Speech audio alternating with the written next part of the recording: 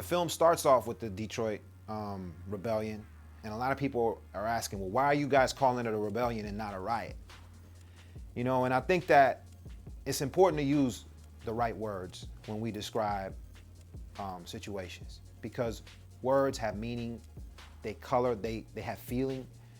When you think of riots, you think of people looting, people being violent, people being brainless and just, you know, acting like savages. That's not what this was. People in Detroit were feeling like they were complaining to deaf ears about police brutality in their city. So the reason why we call it a rebellion is because it was exactly that. It was people standing up to be heard. You know, I tried to do as much research as possible on John Conyers. Since I play him in the film, you know, my primary objective in this film was to tell his truth, was to speak his voice, you know, so I had a responsibility to him and to his legacy. It wasn't a character that I had the freedom to make up. And so I studied him. I studied his speeches, his public speaking engagements, any interviews that he gave. It was hard to find interviews about the actual incident, but I did find something where he called it a massacre. You know, and that just kind of painted a picture in my head as to how bad this situation really was in his eyes. And the way that it was shot, it tells the story in a way that you really get to know the victims and you get to know the cops too.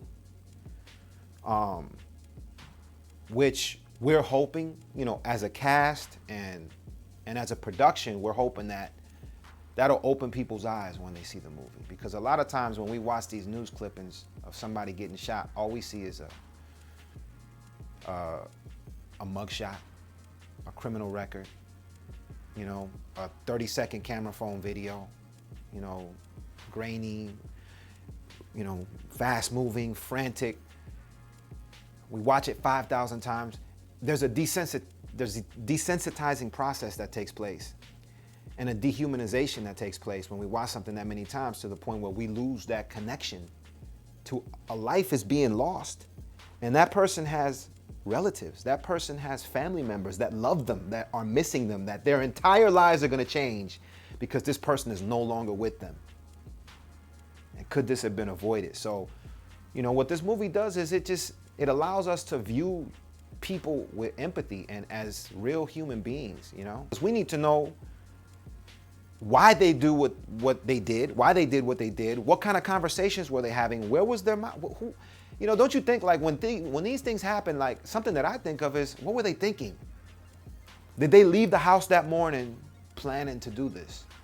You know, who are their loved ones? Like, do you have kids? Well, so does this person. You know, all those thoughts go through my head, and I think that this film helps humanize the situation so that we aren't so quick to, like, jump on either side of the battleground.